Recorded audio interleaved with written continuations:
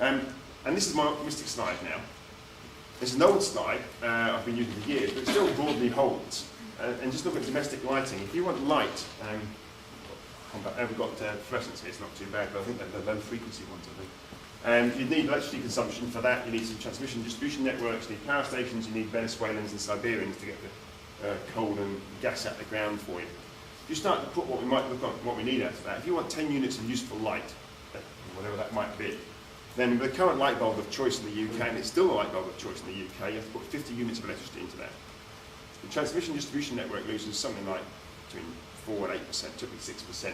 Most of it actually is lost in the low voltage stuff around towns. The high voltage pylons, they may not look very attractive, but they're very efficient. So it's the low voltage stuff that really matters in terms of transmission, at least in terms of losses.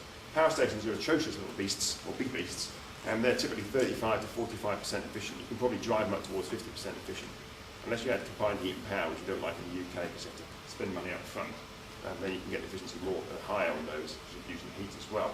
But for most UK power stations, you're probably talking somewhere, probably the mean is well under 40%, I would have thought, but that's sort of the figure, like 40%. So most of the energy goes into a power station goes up the flue, wasted. And then you've got to get the stuff out of the ground, which is usually 10% or so of the energy. So, and get it over here, of course. So if you want to save something, this is the energy white paper, a bit of lip service here. I don't think any lip service there, but the energy white paper is all about this pretty much. So was the 2003 one. It's almost all about electricity. It's almost all about electricity supply. You can point to other pages in it, but given that electricity is on 18% of demand, 18% of the white papers is not, it's well over that relates to electricity, and virtually nothing on this. On either of those papers here, 2003 or 2007.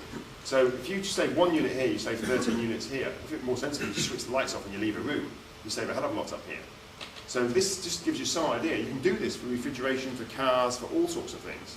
So whatever you're looking, if you can play with this end down here, you can make, and also you can make quick adjustments here. Remember, if you put a power station in, you're talking about, well, if it's a Magnox reactor, probably a 50-year life.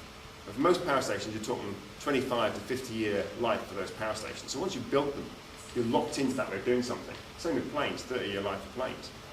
But a lot of things on the demand side are often much, much quicker replacement schedules.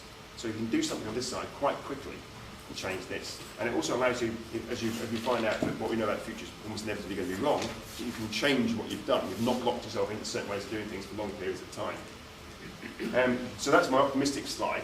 This is a chap who I still haven't given any commission, but this must be the 410th time I've used this slide. At every level, the greatest obstacle to transforming the world is that we lack the clarity and imagination to conceive that it could be different. And we hear this all the time. You couldn't possibly do that. I can't possibly do this. That'll never work. Well, the impossible almost has to become the possible to give us any hope. If even 4 degrees C, let alone 2 degrees C, which I think 2 degrees C probably is still too high. But we have to completely rethink the world we live, and we don't have 10 or 20 or 30 years to think about that. We have to start making those changes now. And I just want to take us back to the world that we live in, and the world we're all aspiring to. I'm sure it's the same in this world, this room as well. I've just moved. That's my house up to a few years ago. 17 years I lived, well, that's 7 years of my life anyway, on my own in a 3-bedroom terrace house from people. What was I doing living in a 3-bedroom house on my own? And that's not that unusual. I think it was just a terrace house, but still I was living on my own. And now I live in a 2-bedroom flat. But why am I living in a 2-bedroom flat on my own? I've got 2 bedrooms. Why is it that we've got used to having so much space, so much of our own property around us? The gardens are a bit cold, so we heat them with patio heaters. I won't ask people to put their hands up if you've got halogen light bulbs in your kitchen, but I bet there's a few folk here who've got halogen light bulbs in their kitchen. They're atrocious. Get them out and put one bulb in the middle. Even the old incandescent light bulbs are better than your halogen light bulbs. So the halogen light bulbs are atrocious things. They're low voltage, not low wattage. So just read the labels. And you always have to put 10 in rather than 1. 3 tons of 4-wheel drive to transport 70 kilograms of useless flesh 3 miles. Isn't that just, what on earth are we playing at doing this now? It's just a ridiculous world. And we have to drive our kids to school in case they're hit by the people in the 4-wheel drive. We think business tycoons should have private jets. We don't question this. We think academics should fly to conferences on climate change in Bali or in somewhere. They've been Bournemouth or Bodmin, are they? What about video conferencing? We've shown absolutely no leadership in these things at all. But we're okay, because musicians are flying around the world to sing about climate change and offsetting their emissions, wherever that might be. So we celebrate the excesses of celebrities. That's the world we're living in. We're not celebrating the excesses of people who actually have low emission lifestyles. We think we have a right to fly and drive to and wherever we want. We have year-round strawberries, hen parties in Prague, birthdays in Barcelona, double-door refrigerators, home cinemas, second homes, 2 cars and 3 TVs. I won't ask if any of you have got any of these things. And 9 billion people on the planet. And we somehow think we can deal with climate change. And they're our set of aspirations. We've got to get those changed in the next 2 or 3 hours. And that's the scale of the problem. And that's before you add David's stuff on it. It makes it even worse.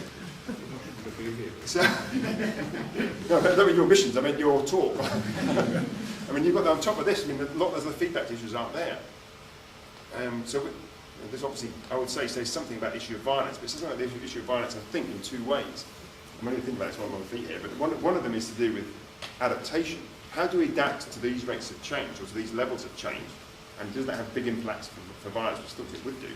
But also, there'll be huge stresses in trying to mitigate, to get emissions down. If we decide we don't want to go for these sort of futures, we want to get emissions down, there'll be massive implications for that. If you shove on lots and lots of carbon taxes and all the other things like that, the people will suffer, people in fuel poverty. If you put people in fuel poverty under more stress, you come back to the issues that you spoke about earlier, to the stresses in the household. So there'll be, the mitigation side is not without violence, as is the adaptation side.